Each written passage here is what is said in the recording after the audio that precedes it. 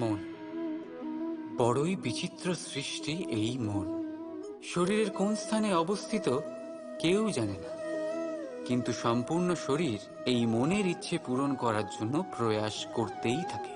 এখন যদি কিছু খেতে ইচ্ছে করে, তাহলে মানুষ তার সমস্ত শক্তি লাগিয়ে এই খিদে মেটাবার প্রয়াস করতে থাকে।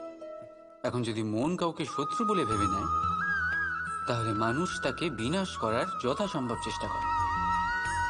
আর যদি মন কাউকে ভালোবাসে, তার প্রসন্নতার জন্য সব সীমা পার করতে সে তৈরি থাকে। কিন্তু জীবন সুখী করতে হলে এটা আবশ্যক যে মন যেন খালি থাকে, এই বাঁশির মতো।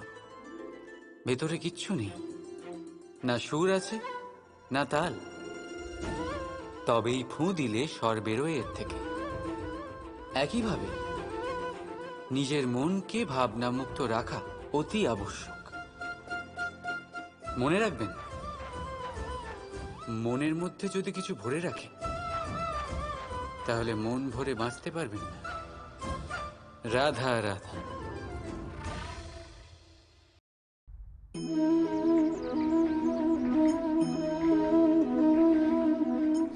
এই কলসিটা দেখছেন আপনারা, এতে জল রাখা হয়।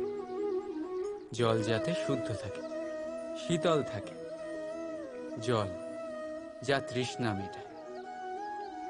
কিন্তু ভাবুন, যদি এই কলসির মাটি ঠিক না হয়, যদি একে ঠিক মতন মাখা না হয়, আকার দিয়ে একে ঠিক করে আগুনে যদি পোড়ানো না হয়, তাহলে কি হবে?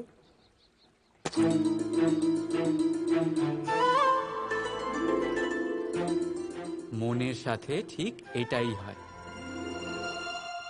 কারণ যদি প্রেম এই জল হয়, তাহলে কলসি হলো মন। মন রূপী পাত্রে যদি বিশ্বাসের মাটি না থাকে, যদি সেই মাটি অশ্রুতে না ভেজানো হয়, সময়রূপী কুমোর যদি তাকে আকার না দিয়ে থাকে, আর চরম পরীক্ষার আগুনে তা পোড়ানো না হয়, তাহলে প্রেম মনে থাকতে পারে না। যদি এই প্রেমকে পেতে হয়, তাহলে হৃদয়কে বশ করতে হবে, আর মন থেকে বলতে হবে, রাধা রাধা।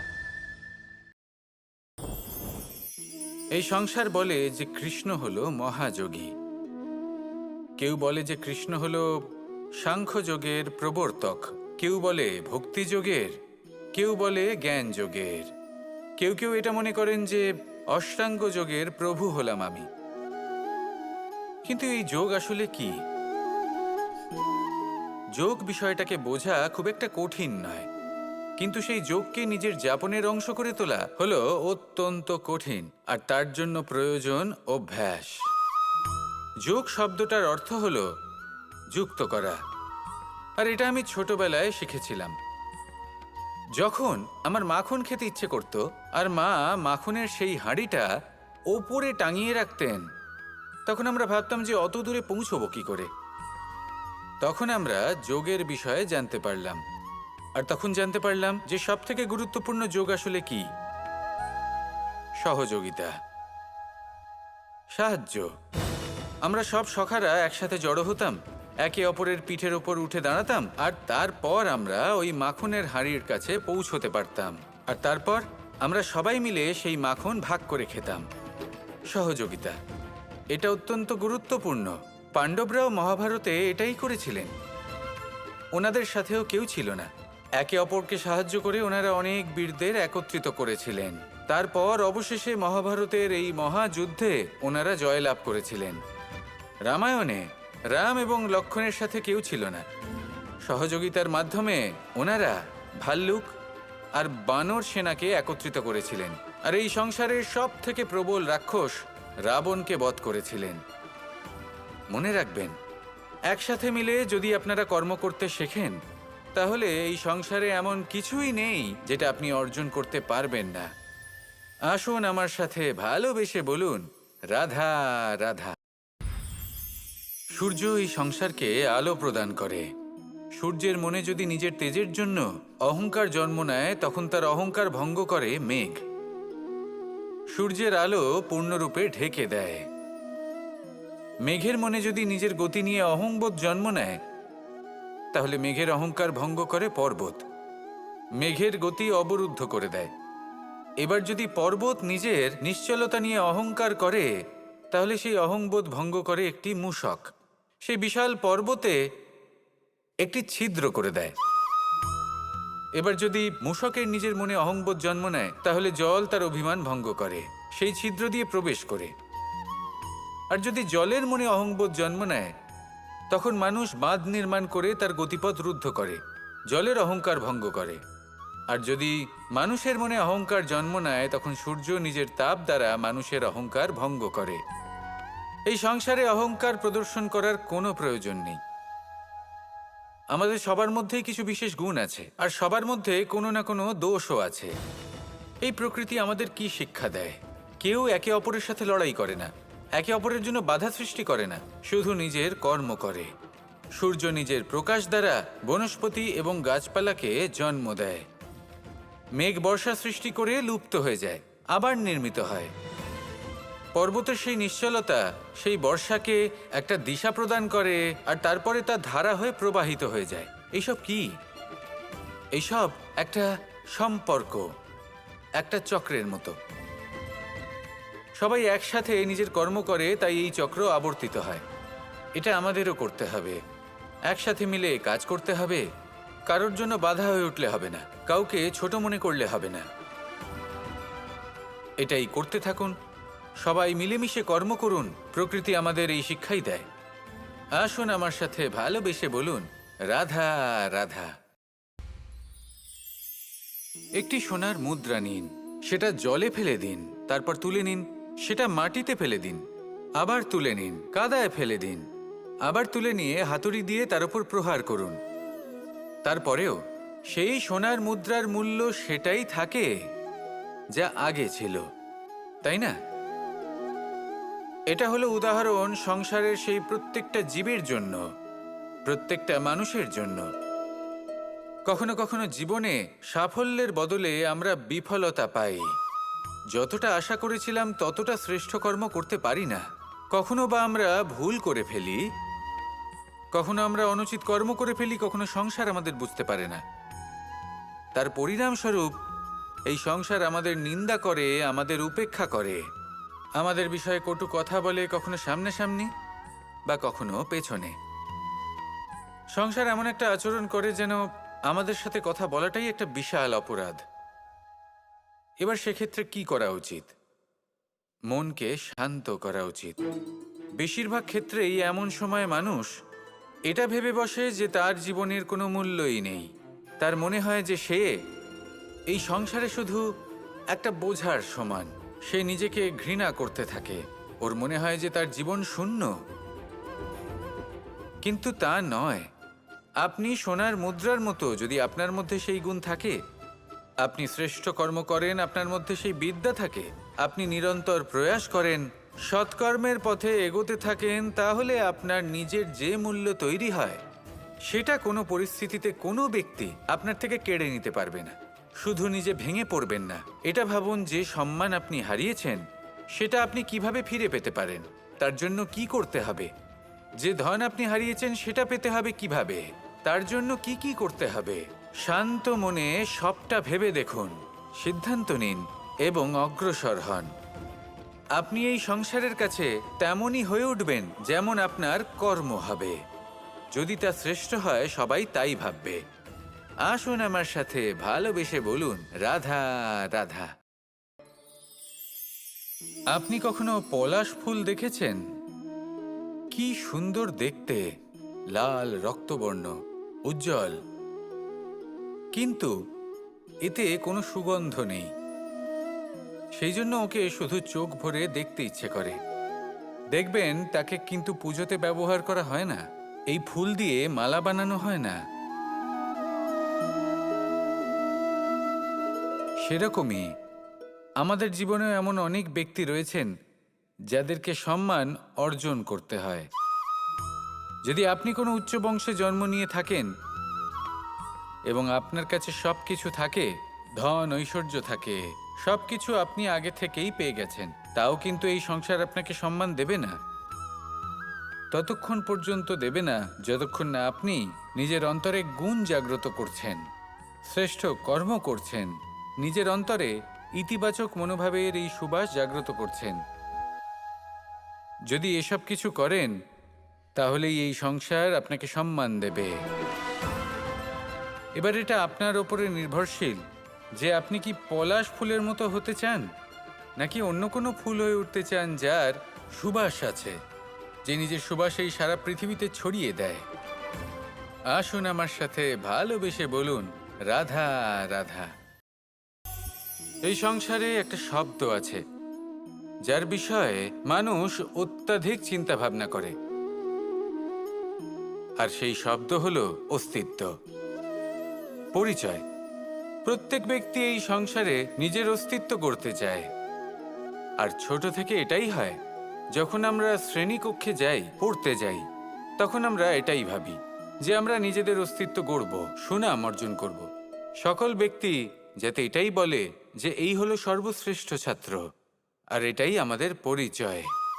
কার্যক্ষেত্রেও আমরা ঠিক এটাই চেষ্টা করি, পরিশ্রম করতে থাকি এবং ভবিষ্যতে গিয়ে আমরা নিজেদের পরিচয় খুঁজে পাই। পরিচয়ের সাথে সাফল্য আসে, আর সাফল্যের সাথে আসে অস্তিত্ব। আর যখন এই দুটি সংযুক্ত হয়, তখন মানুষ অসফলতার কথা ভেবে ভয়ভীত হয়ে পড়ে, আর এটা ভাবতে থাকে যে যদি আমি অসফল হই তাহলে সেই পরিচিতির কি হবে, সেই নামের কি হবে, সেই সব কিছু যে আমি অর্জন করেছি তার কি হবে। সে ভয়ভীত হয়ে পড়ে, আর এই ভয়ের কারণে তার বিকাশ কোথাও না কোথাও অবরুদ্ধ হয়। সে শ্রেষ্ঠ কর্ম করা বন্ধ করে দেয় এবং শুধু এই সুরক্ষিত থাকতে চেষ্টা করে। আর অসফল হলে তাতে ভয় পাওয়ার কোনো প্রয়োজন নেই, কারণ যখন আপনি সফল হন তখন এই সাফল্য আপনার পরিচয় এই সংসারের সাথে করায়। কিন্তু যখন আপনি অসফল হয়ে থাকেন তখন এই অসফলতা এই সংসারের পরিচয় আপনার সাথে করায়, যা অত্যন্ত আবশ্যক। অসফলতা প্রত্যেকের জীবনেই আসবে, তার সম্মুখীন হন আর তার থেকে শিক্ষা লাভ করুন। কারণ যখনই আপনি অসফল হন তখনই আপনার জ্ঞান চক্ষু উন্মুক্ত হয়। আসুন আমার সাথে ভালোবেসে বলুন, রাধা রাধা। যদি নিজের কথা বলি তাহলে আমার এই নিয়ে অভিযোগ নেই যে জন্মের পরেই আমাকে মা বাবার থেকে দূরে চলে যেতে হলো। আমার এই নিয়েও অভিযোগ নেই যে একজন মামা যিনি ভাগ্নের জন্য নিজের প্রাণও ত্যাগ করতে পারেন, সেই মামাই আমার প্রাণ কেড়ে নেওয়ার জন্য প্রত্যেক সম্ভাব্য প্রচেষ্টা করলেন। এই নিয়ে অভিযোগ নেই যে মহাযোদ্ধা হওয়া সত্ত্বেও আমাকে সারথি হওয়ার চয়ন করতে হলো। বরং আমি কৃতজ্ঞ। মামা যতই আমার প্রাণ কেড়ে নেওয়ার চেষ্টা করুক, আমি নিজের আত্মরক্ষা করতে পেরেছি। প্রথমে মথুরা ছাড়তে হলো, তারপর বৃন্দাবন ছাড়তে হলো, কিন্তু দ্বারকাকে নির্মাণ করার সুযোগটা আমি পেয়েছি। আমি কৃতজ্ঞ যে একজন সারথি হিসেবে ধর্মস্থাপনের এই রথ আমি এগিয়ে নিয়ে যেতে পেরেছি, এই সংসারকে গীতার জ্ঞান প্রদান করতে পেরেছি। দেখুন, জীবন সেই একই আছে, কিন্তু দৃষ্টিভঙ্গি কতটা গুরুত্বপূর্ণ। এই অভিযোগ আপনাকে জীবনে বাধা দেবে, দুঃখী করে তুলবে, কিন্তু কৃতজ্ঞতা বোধ সেটা আপনাকে একটা সুযোগ দেবে, সেই জীবনকেই আরও আনন্দের সাথে যাপনের সুযোগ। এই সুযোগের সদ্ব্যবহার করুন আর আমার সাথে ভালোবেসে বলুন, রাধা রাধা। প্রত্যেক মানুষ নিজেদের জীবনে সুখ এবং শান্তি কামনা করেন। অনেক মানুষ এর জন্য শাস্ত্র পাঠ করেন যে কিভাবে জীবনে সুখ শান্তি লাভ সম্ভব। আর তিনটি প্রধান শাস্ত্র যা আমাদের জীবনে আমাদের আশেপাশে বিদ্যমান তা হল ইতিহাস, বিজ্ঞান এবং ধর্ম। ইতিহাস থেকে আমরা জানতে পারি যে অতীতে কিভাবে আমরা সুখ ও শান্তি লাভ করেছিলাম। বিজ্ঞান দ্বারা আমরা এটা বুঝতে পারি যে কিভাবে ভবিষ্যতে সুখ এবং শান্তি আমরা লাভ করতে পারি। আর ধর্ম আমাদের এই শিক্ষা দেয় যে আজকের এই বর্তমানে কিভাবে সুখী থাকা যায়। কিভাবে শান্তি লাভ করা সম্ভব, আর সেটাই হলো সবথেকে বেশি প্রয়োজন। অনেক সংখ্যক মানুষ অতীতে আটকে রয়েছেন, সেখানে অনেক মানুষ ভবিষ্যতের চিন্তায় দিন কাটাচ্ছেন। আজ এই বর্তমানে খুব কম সংখ্যক মানুষ প্রসন্ন থাকতে পারেন, সেটাই শিখুন। ধর্ম এটাই বলে যে যদি মনে কোনো মালিন্য না থাকে, এই মন যদি স্বচ্ছ হয়, কর্মের মাঝে কোনো ছলনা যদি না থাকে, তাহলে নিশ্চিত রূপে জীবনে সুখ এবং শান্তি আসবে আর আসতেই থাকবে। আসুন আমার সাথে ভালোবেসে বলুন, রাধা রাধা। মোহ, কারোর প্রেমের মোহ, কারোর সঙ্গলাভের মোহ, কোনো বন্ধনের মোহ, কখনো বা ধনের মোহ, ঐশ্বর্যের মোহ। যদি আপনার মধ্যে এই মোহবোধ জাগ্রত হয়, তাহলে আপনার বিনাশ সুনিশ্চিত। যেমন কোনো বিশেষ ব্যক্তির প্রতি যদি আপনার মনে মোহ জাগ্রত হয়ে যায়, তাহলে আপনি চাইবেন সেই ব্যক্তি আমার কাছেই থাকুক, আমার পাশেই থাকুক, শুধুই যেন আমার হয়ে থাকুক। আর শুধু এই কারণেই কোথাও না কোথাও সেই ব্যক্তিকে আপনি তার প্রিয়জনের থেকে দূরে করে দিচ্ছেন। তারপর দুঃখ আসে, নিরাশা আসে, কারণ স্বাধীনতা সেই অনুভূতি যেটা সবার প্রিয়, আর সেই অনুভূতিটাই আপনি তার থেকে কেড়ে নিচ্ছেন। এভাবে এই মোহ নিশ্চিত রূপে আপনার শত্রু হয়ে যাবে। কিন্তু যদি আপনার মোহ থাকে নিজের মাতৃভূমির প্রতি, তার সম্মানের প্রতি, তাহলে আপনি একজন প্রবল রক্ষক হয়ে উঠবেন। যদি আপনার মোহ থাকে আপনার আত্মসম্মানের প্রতি, নীতির প্রতি, তাহলে এই মোহ কখনো আপনাকে অধর্মের পথে চালিত হতেই দেবে না। আর যদি আপনার মোহ থাকে নিজের আত্মার প্রতি, তাহলে কোনো দুরাত্মা এসে আপনার কোনো ক্ষতিই করতে পারবে না। তাহলে নিজের এই মোহকে নিজের মনের মধ্যে সংযত করে রাখুন, একে নিজের মিত্র করে তুলুন, আর আমার সাথে ভালোবেসে বলুন, রাধা রাধা। মানুষ যখনই কোনো পর্বতারোহণ করতে শুরু করে, তখন সে বারবার পড়ে যায়, বারবার উঠে দাঁড়ায়, সামনে এগোতে চেষ্টা করে। কিন্তু যদি সে দৃঢ় নিশ্চয় করে থাকে, তাহলে সে অবশেষে সেই পর্বতের শিখরে পৌঁছেই যায়। চলার পথে যদি বড় কোনো পাথর চলে আসে বা পর্বতের কোনো বড় অংশ সামনে আসে, তাহলে সে তার সাথে ধাক্কা খায় না, সে পথ বদলে নেয়। কিন্তু বাধা তাকে সবসময় পেতেই হয়, আর সেই বাধা সে পায় ছোট ছোট পাথরের দ্বারা। তাদের ওপর পা পড়লে তার পা পিছলে যায় আর সে পড়ে যায়। এই ছোট ছোট পাথর হলো আমাদের জীবনের সেই ছোট ছোট সমস্যা, সেই ছোট ছোট ভুলগুলো যেগুলো আমরা অবজ্ঞা করতে থাকি। আমরা ভাবি এর দ্বারা কি বা ক্ষতি হবে, কিন্তু সেগুলোই অনেক সময় আমাদের অসফলতার কারণ হয়ে দাঁড়ায়। যত তাড়াতাড়ি সম্ভব এই ছোট ছোট পাথরগুলিকে জীবন থেকে তুলে ফেলে দিন। ভুল হওয়াটা স্বাভাবিক, কিন্তু তার মানে এই নয় যে বারবার সেই ভুলের পুনরাবৃত্তি ঘটবে। ভুলটা বুঝুন, সেটা স্বীকার করুন, আর সেটা শুধরে নিন। যখন আপনি এটা করতে শিখবেন, তখনই খুব তাড়াতাড়ি আপনি সেই শিখরে পৌঁছতে পারবেন। আর যখন পৌঁছে যাবেন, তখন এই মন প্রসন্ন হয়ে বলবে, রাধা রাধা। যে কোনো বস্তুকে ঠিকমতো বাঁধতে হলে কোনো বন্ধনী, কোনো দড়ির একান্ত প্রয়োজন হয়। কিন্তু এই দড়িকে বাঁধার শক্তি কে প্রদান করে থাকে?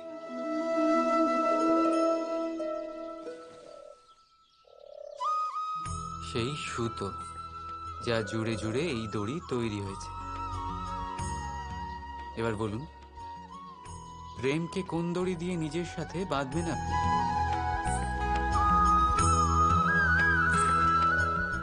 প্রেমকে গাঁথা হয় বিশ্বাস দিয়ে, আর বিশ্বাসের এই দড়ি তৈরি হয় সত্যের সুতো বন্ধন দিয়ে। এবার প্রশ্ন হলো এই যে সত্য কি? সেটা যেটা আমরা দেখেছি, নাকি সেটা যেটা আমরা ভেবেছি? না, আমাদের সত্য হলো সেটাই যেটাকে আমরা বিশ্বাস করে নিয়েছি। আর বিশ্বাস সেটাই যেটাকে আমরা সত্য বলে মেনে নিয়েছি। আসলে বাস্তবে সত্য আর বিশ্বাস দুটি একই মুদ্রার দুই পিঠ। যেখানে সত্য নেই সেখানে বিশ্বাসের ভিত নেই, আর যেখানে বিশ্বাস নেই সেখানে সত্য নিজের ভিত হারিয়ে ফেলে। তো যদি কারোর সত্য জানতে হয় তবে তাকে বিশ্বাস করো, প্রেমের ধরনই তৈরি হয়ে যায়, আর মন সুপ্রসন্ন হয়ে বলবে রাধা রাধা।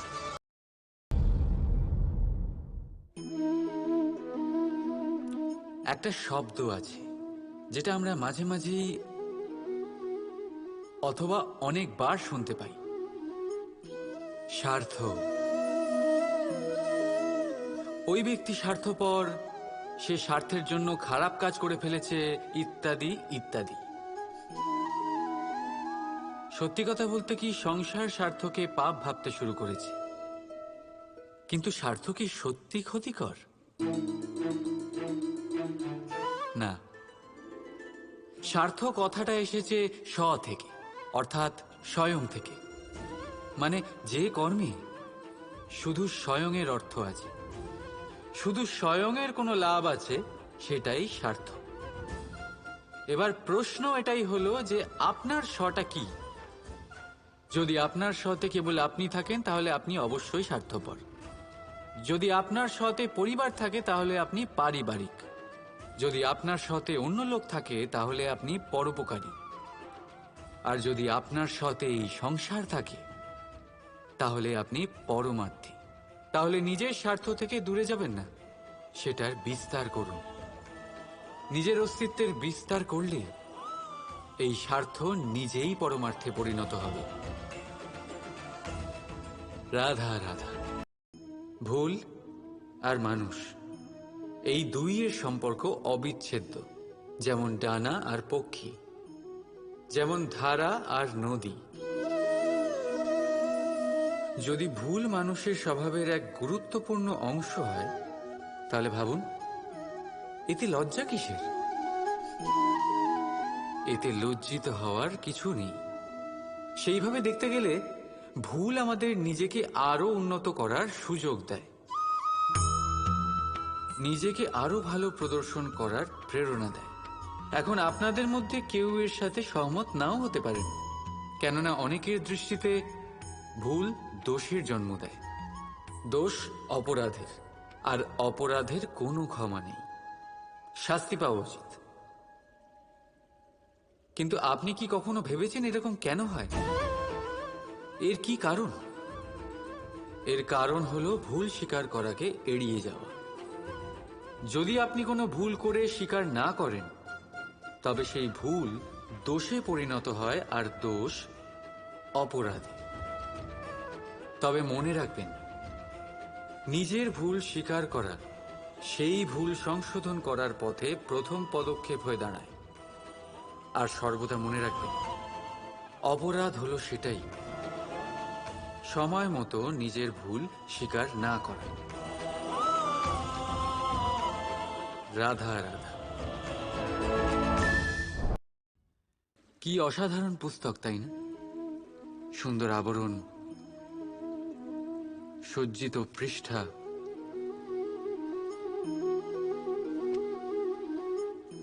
কিন্তু একে কি সত্যিই অসাধারণ পুস্তক বলে গণ্য করা যায়? এটাতে যা লেখা আছে তা কি সত্য, প্রেরণাদায়ী, আমাদের জন্য মূল্যবান? কি করে নিশ্চিত হওয়া যায় এই বিষয়ে? এবার আপনারা বলবেন, এ তো সহজ ব্যাপার। আবরণ দেখে পুস্তকের গুণ বিচার করা যায় না। তার জন্য আপনাকে সেটা পড়তে হবে, সেটা বুঝতে হবে, সময় দিতে হবে, তাই না? একদম ঠিক ভাবছেন আপনারা।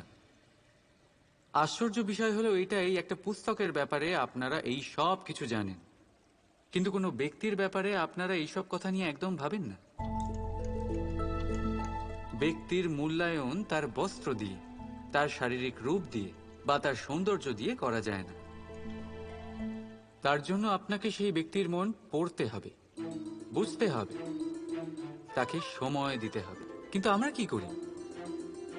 গঠন, রং আর সৌন্দর্য দেখে আকৃষ্ট হয়ে যাই, সেটাকে প্রেম ভেবে বসি। আর প্রত্যেক দিন কাউকে না কাউকে এটা বলতে শোনা যায় যে তার প্রেম কাহিনী সফল হলো না, সে প্রতারিত হয়েছে। কিন্তু এতে দোষ আর কারণ নয়, স্বয়ং আপনার। আপনি সেই ব্যক্তিকে সময় দেননি, আপনি সেই ব্যক্তির বিচারধারা পরখ করেন। প্রেম কিছু মুহূর্তে তৈরি হওয়ার রন্ধন নয়, এর স্বাদ আস্বাদন করার জন্য আপনাকে জীবনভর সময় দিতে হবে। তাহলে সময় দিন, একে অপরের রূপকে নয়, আত্মাকে চিনুন। আর অতি অবশ্যই মন প্রসন্ন হয়ে বলে উঠুন, রাধা রাধা। জীবনে আমরা কত মানুষকে চিনি, আপনিও এমন অনেক মানুষকে চেনেন যারা নিজেদের অসফল মনে করে, নিরাশ হয়ে থাকে, যারা এটাই স্বীকার করে নিয়েছে যে এই জীবনে তাদের দ্বারা কোনো কর্মই হবে না, কোনো কাজে সফল হবে না, তারা কোনো কাজের যোগ্যতাই নেই তাদের। কিন্তু এমনটা একদমই নয়। এই পৃথিবীতে এমন কিছু নেই যার কোনো যোগ্যতাই নেই, এমন কোনো অক্ষর নেই যেটা কোনো মন্ত্রের অংশ নয়, এমন কোনো জড়িবুটি নেই যা ঔষধি নয়, এমন কোনো বিষ নেই যেটা সঠিক সময়ে অমৃত হয়ে যায় না। আর সেই প্রকার কোনো ব্যক্তি অযোগ্য হতেই পারে না। তাকে অযোগ্য করে তোলে তার চিন্তাধারা। এই জন্য আত্মবিশ্লেষণ করুন, নিজের আত্মাকে নিজেই চিনতে পারবেন। নিজের অন্তরাত্মাকে জাগ্রত করুন, আপনি দেখতে পাবেন এই পৃথিবীর ভিত তৈরি হয় আশা দিয়ে। সেই পৃথিবীতে নিরাশা, হতাশা আর হারের মতো শব্দগুলির কোনো অস্তিত্বই নেই। রাধা রাধা। কখনো আপনারা ভেবেছেন এই সংসারে আমরা কার সাথে সবচেয়ে বেশি জড়িত? আপনারা কেউ বলবেন মাতা পিতা, কেউ বলবেন মিত্র, কেউ বলবেন স্ত্রী, আর কেউ বলবেন সন্তান। কিন্তু না, যদি এই সংসারে কারোর সাথে আমরা জড়িত থাকি তাহলে তা সময়। সময়ই আমাদের অতীত, সময়ই আমাদের বর্তমান, আর সময়ই আমাদের ভবিষ্যৎ। আর আমরা কি করি? সব থেকে বেশি জড়িত সময়কে, সবচেয়ে বহুমূল্য সম্পত্তিকে আমরা নষ্ট করে দিই। কেউ ভবিষ্যতের জন্য উজ্জ্বল স্বপ্ন বনে, কেউ অতীতকে দোষারোপ করে। কিন্তু একটু ভেবে দেখুন, আপনার অতীতকে আপনি ভাবনা চিন্তা করে বদলে দিতে পারবেন না। আর ভবিষ্যতের ব্যাপারে চিন্তা ভাবনা করে যদি আপনি আপনার বর্তমান নষ্ট করে দেন, তাহলে আপনার ভবিষ্যৎও আপনার অতীতের মতোই হবে। এই জন্য আজকের ব্যাপারে ভাবুন, সেটাকে উজ্জ্বল করে তুলুন। আপনার অতীত আর আপনার ভবিষ্যৎ নিজেই উজ্জ্বল হয়ে যাবে। রাধা রাধা। আমাদের সবার কখনো না কখনো তো ক্রোধের উদ্রেক হয়, আর তা তো হবেই। আমরা মানুষ, এই ভাবের সাথে আমরা জড়িত। কিন্তু এই ক্রোধ কেন হয় ভেবেছেন কখনো আপনারা? এই ক্রোধ তখনই হয় যখন কোনো কিছু আমাদের মনোপুত হয় না। যেমন কেউ আমাদের কথা না শুনলে, বা যদি আমাদের পরাজিত হতে হয়। কিন্তু এই সব পরিস্থিতির ভিত্তি একটাই, যে কোনো কোনো সময় কোনো কোনো জায়গায় আমরা দুর্বল। ক্রোধ জন্ম নেয় আমাদের দুর্বলতা থেকে, আর তারপর সেটা আমাদের সব থেকে বড় দুর্বলতা হয়ে দাঁড়ায়। আর যদি ক্রোধকে বশ না করা যায় তাহলে ভ্রম জন্ম নেয়, আর যদি এই ভ্রমকে বশে না আনা যায় তাহলে বিবেক চঞ্চল হয়ে ওঠে। আর এই চাঞ্চল্যকে বশ না করতে পারলে ব্যক্তির তর্ক শক্তি নষ্ট হয়ে যায়, ভাবনা চিন্তা করার ক্ষমতা শূন্য হয়ে যায়, আর তখন সেই ব্যক্তির পতন ঘটে। তাই জন্য নিজের ক্রোধকে বশে রাখুন, আর নিজের মনকে শান্ত হতে বলুন। রাধা রাধা। আমরা মানুষেরা একসাথে থাকি, আনন্দ কষ্ট মিলেমিশে ভাগ করে নিই, প্রয়োজনে একে অপরের সাহায্য করি, সহায়তা নিও। কিন্তু সবসময় সাহায্য নেওয়া কি উচিত? এবার আপনাদের মধ্যে কেউ বলবেন একদমই উচিত। এতে ক্ষতি কি আছে? মানুষই তো মানুষের কাজে আসবে। একদম ঠিক বলেছেন আপনি। কিন্তু সব সময় সাহায্য নেওয়া একেবারেই উচিত নয়। কারণ যদি কথায় কথায় সাহায্য নেওয়া অভ্যেসে দাঁড়িয়ে যায়, তাহলে আপনি নিজে দুর্বল হয়ে পড়বেন। নিজেই সমস্যার সমাধান না করে আপনি কথায় কথায় অন্যদের থেকে সাহায্য নেবেন। আর দ্বিতীয়ত, সহায়তার সাথেই জড়িয়ে থাকে উপকারের আভার। তাই যার থেকে সাহায্য নিয়েছেন তার কাছে আপনাকে নত হয়ে থাকতে হবে। এই জন্য বিপদের দিনেও ভেবে চিন্তে সাহায্য নিন। কারণ বিপদ তো কিছুদিন পর কেটে যাবে, কিন্তু সেই উপকারের ঋণের ভার জীবনভর আপনার সাথে থাকবে। রাধা রাধা। মানুষ যখন জন্মগ্রহণ করেন আর মানুষ যখন এই সংসার ত্যাগ করে চলে যান, এর মধ্যভাগকে জীবন বলা হয়।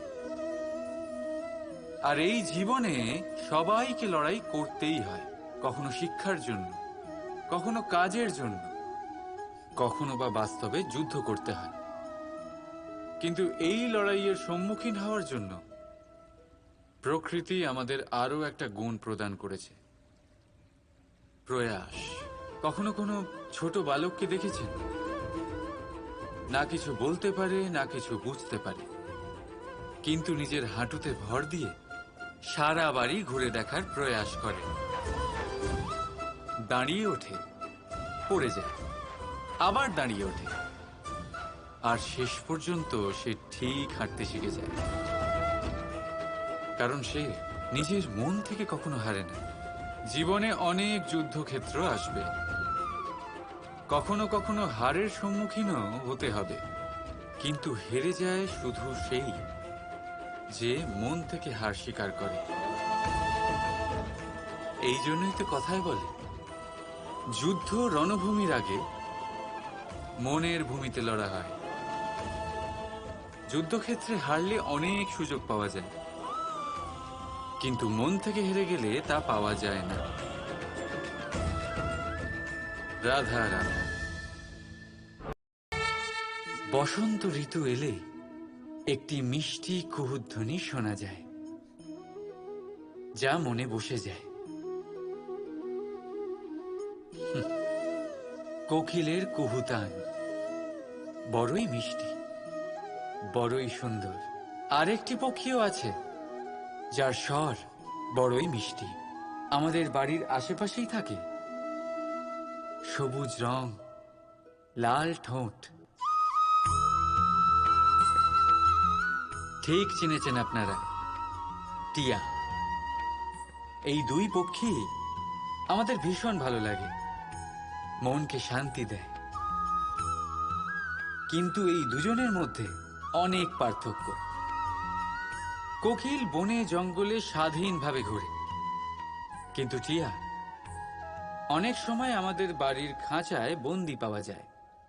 কেন হয় এরকম? কখনো ভেবেছেন? কারণ কোকিল নিজের ভাষা বলে, আর টিয়া বলে অন্যের শেখানো বুলি। যারা নিজের ভাবনায় দৃঢ় থাকেন, নিজের আত্মার কথা শোনেন, সেটাই করেন আর সেটাই বলেন, তারা এই সংসারে স্বাধীন থাকেন। আর যারা অন্যের বুলি বলেন, আত্মমন্থন না করে, তারা বন্দী হয়ে থাকেন, কখনো খাঁচায় আর কখনো ধারণায়। তাহলে কি হতে চান আপনি? কোকিল নাকি টিয়া? নির্ণয় আপনার।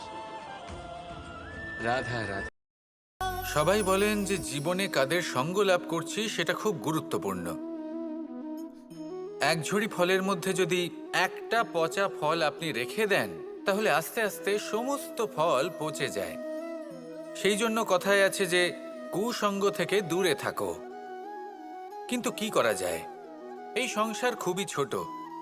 যেখানে আমরা কাজ করি, যেখানে আমরা থাকি, যে পথে আমরা আসা যাওয়া করে থাকি, যে পথে আমরা ভ্রমণ করি, সেখানে এমন অনেক সংখ্যক ব্যক্তি থাকেন যাকে দেখে আমরা মনে করি যে এদের থেকে দূরে থাকতে হবে। তখন আমরা কি করতে পারি? তাদের কি আমরা পরিত্যাগ করব? তাহলে এই সংসারে এমন অনেক মানুষ আছেন, তাহলে কি সংসারই পরিত্যাগ করব? না, সেই ফলের মতন হবেন না যারা একটি পচা ফলের উপস্থিতির জন্য নিজেরাও নষ্ট হয়ে যান। বরং হয়ে উঠুন চন্দন বৃক্ষের মতন, যেটা আসলে সাপেদের বাসস্থান, যেখানে অনেক সংখ্যক অত্যন্ত ভয়ানক বিষধর সাপ থাকে। তারপরেও এই চন্দন, সে কিন্তু নিজের শ্রেষ্ঠত্ব হারায় না। এর মূল্য কিন্তু সেই একই থাকে। মনে রাখবেন, এই সংসারে নিজের সঙ্গ বদলানোর পূর্বে নিজেকে বদলান। নিজেকে কিছুটা এমনভাবে গড়ে তুলুন যে কেউ আসুক না কেন, সে যেন আপনাকে বিভ্রান্ত বা দূষিত না করতে পারে। আসুন আমার সাথে ভালোবেসে বলুন, রাধা রাধা।